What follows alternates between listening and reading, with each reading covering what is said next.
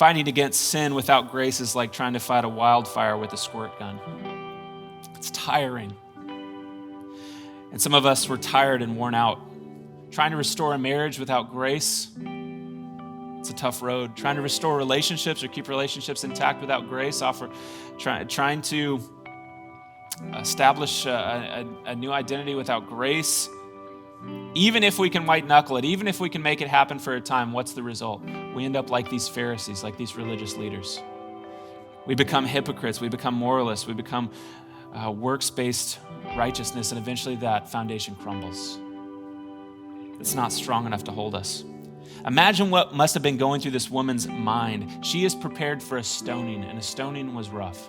She would have been buried about waist down. She would have had her hands tied behind her back, and she would have simply had to endure people launching not pebbles, but giant boulders and stones at her until she couldn't breathe anymore and she died. This is what she was expecting, and according to the law, she's guilty. But Jesus steps in, and instead of wrath, he offers her a new lease on life. And this is the story of the gospel, right? That Jesus comes in authority, he fulfills the law, he rebuilds it on grace, and he offers freedom, not because of what we've done, but because of what he's done. And this is hard to believe. I don't know if you're like me, but sometimes this is really hard to believe. And we commit what I would call oftentimes sort of a suicide of the soul. We just can't believe that we're really forgiven. We can't imagine that Jesus would really love us like this, and yet he does.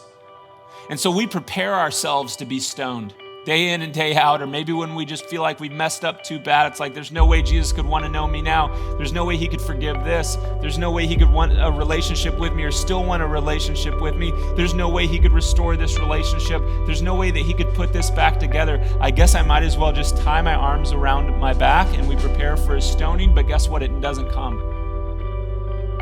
It doesn't come. Because Jesus took far worse than a stoning for you and me. We are this woman.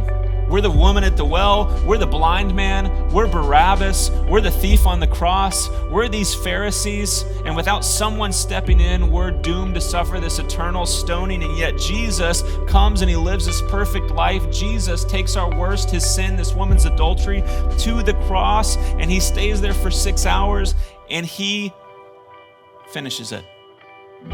Jesus isn't held there by the nails in his hands or the nails in his feet. Jesus is held there by grace, by love, by compassion, with a heart for us. As our foundation is crumbling, Jesus declares, it is finished, meaning the law has been fulfilled. Now there's a new law of love and grace that you get to live under and live in. The guilty are freed and the hopeless have hope, and that's us this morning. That's you this morning. Jesus has given you hope. He's given you grace. He's shown us love, even in the midst of our sin. And he's saying, go and sin no more because of this grace. And we need this every day. Through grace, our marriage can have a new foundation. Through grace, we can turn from what we've been doing and turn to Jesus. From grace, we don't have to have an identity based on our achievements, based on some standard that somebody's placed for us, based on our busyness, based on whatever it might be. Instead, we can have an identity that's already founded in Jesus as we are, the God who has loved us.